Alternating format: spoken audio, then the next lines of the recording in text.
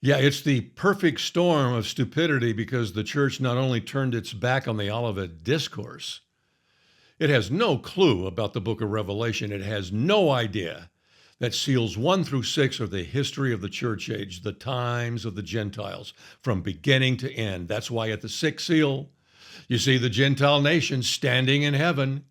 You see that the Lord is now turning back to Israel with the sealing of the 144,000 from the 12 tribes of Israel.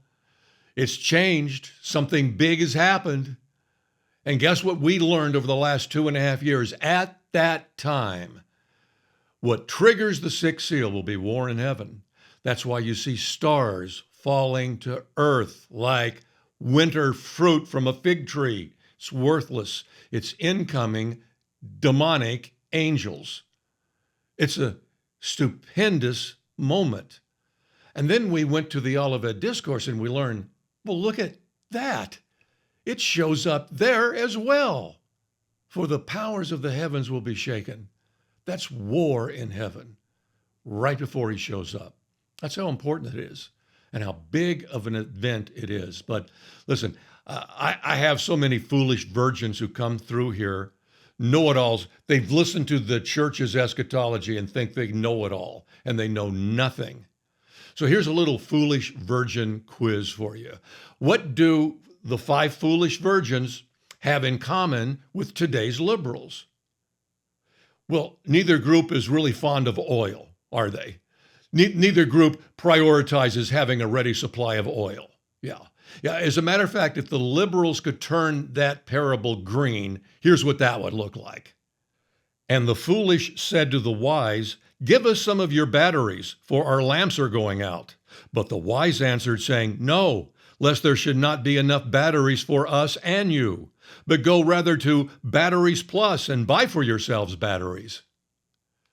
Yeah. Something else the liberals and the 5 foolish virgins have in common is they both think it's going to turn out good for them, but it ain't. I had 2 comments that I wanted to bring to your attention from last week's video. One from Rhonda, who said that she had gone to Bible college for several years and then on to seminary for several years, and no one mentioned to her or the people, the students there, that this is war in heaven. And she accepted it, which amazed me because she has a much higher degree of education than I have. For her to listen to somebody downstream from her academically is really notable.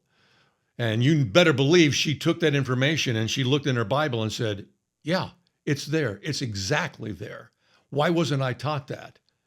Because the church is asleep. The church is asleep. But good for you, Rhonda.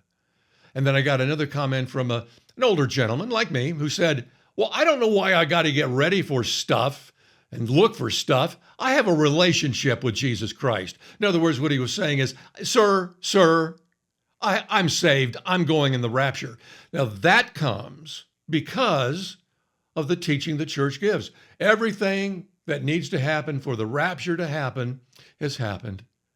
We just stay prayed up and wait. That's not what he said to do, just so you know. I hope that works out for you. To me, honestly, it sounds like a foolish virgin plan, but maybe it'll work out because I don't know what the cutoff line is. Here's what I do know. I know what gets you in for sure. The Church of Philadelphia has been guaranteed that they will be kept from the hour of trial that's about to come on the whole world. Not because they're saved. He mentions that early on in the letter. They're saved, there's no doubt about it.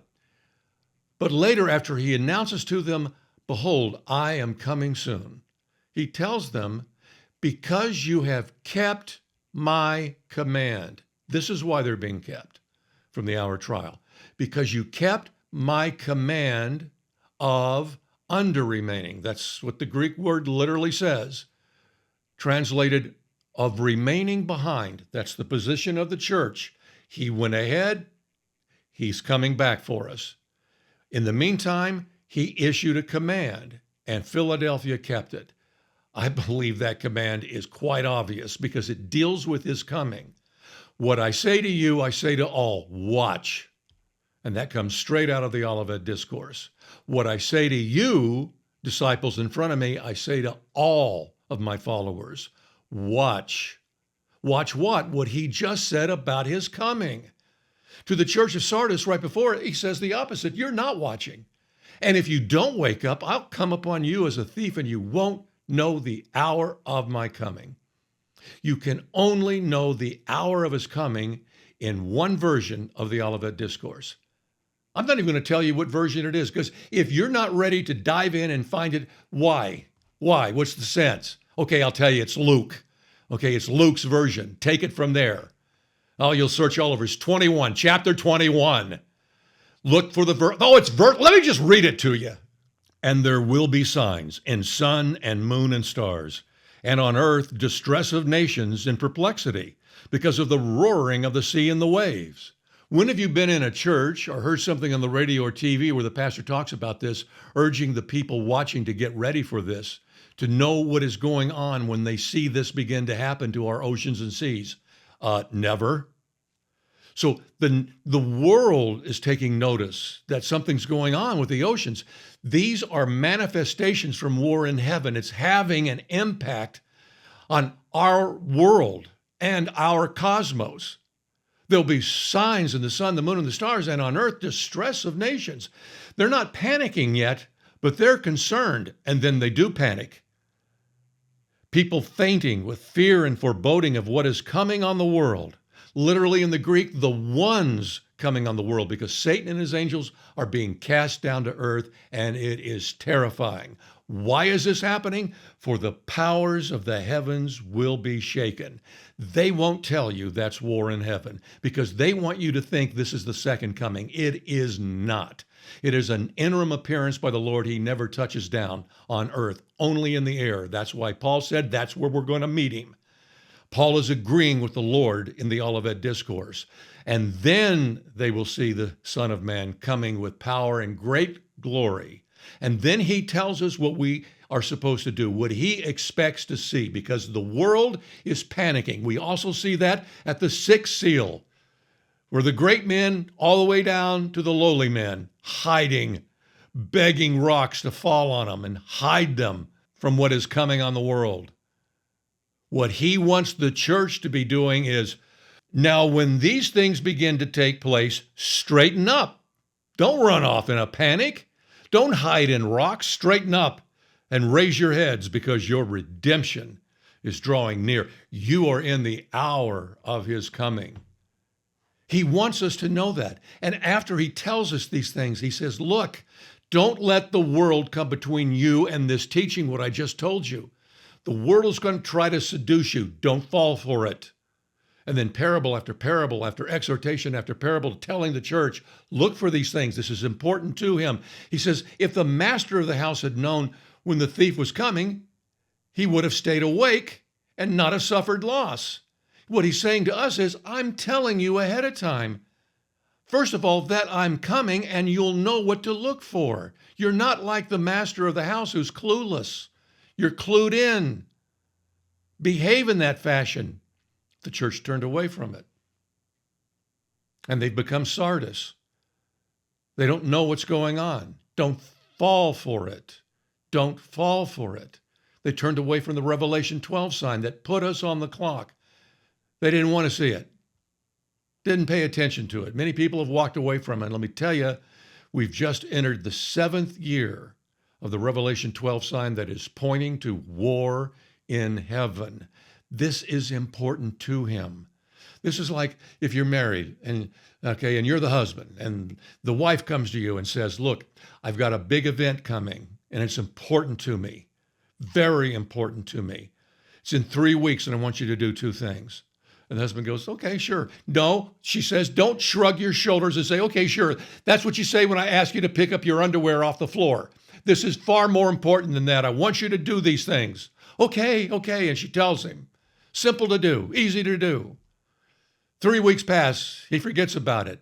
He's laying on the couch eating Cheetos, watching the game. And he goes, was that today? Was the event today? Uh-oh. And he hears the door open and slam, because someone just got home from the event.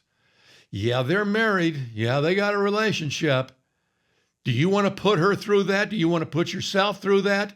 Now, I'm not saying that Jesus is going to get mad and angry and hurt and all of that. I'm saying he's telling us what to do. It's important to him and it's simple. But if it had been difficult to do, if he said, when you see all these things, dig a 9-foot trench by 15 feet and hide in it, then we'd do that. But it's simple. Because we love him, we obey him.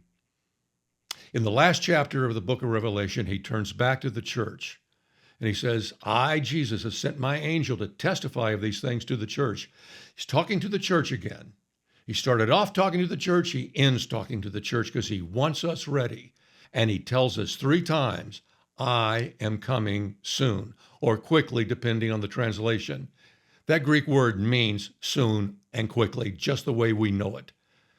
The last time he says, surely I am coming quickly. And our response is to be the Spirit, the Holy Spirit of God, who knows he's telling the truth, is in full agreement with him. But it isn't the Spirit in the churches, because he doesn't trust the churches, but he trusts the bride who gets it, the bride who is watching, who hears his command and does what he says, and she knows it's true too. The Spirit and the bride say, come. War in heaven is coming. It is going to generate signs. Tell your family and friends. If every single one of them laughs in your face, too bad for them. You've done what you can do. War in heaven is coming. The church is trapped in a perfect storm of stupidity. They can't help you. This is something you're going to need to do by yourself. Well, not exactly by yourself. There's a whole bunch of us all over the world who get it. Join us.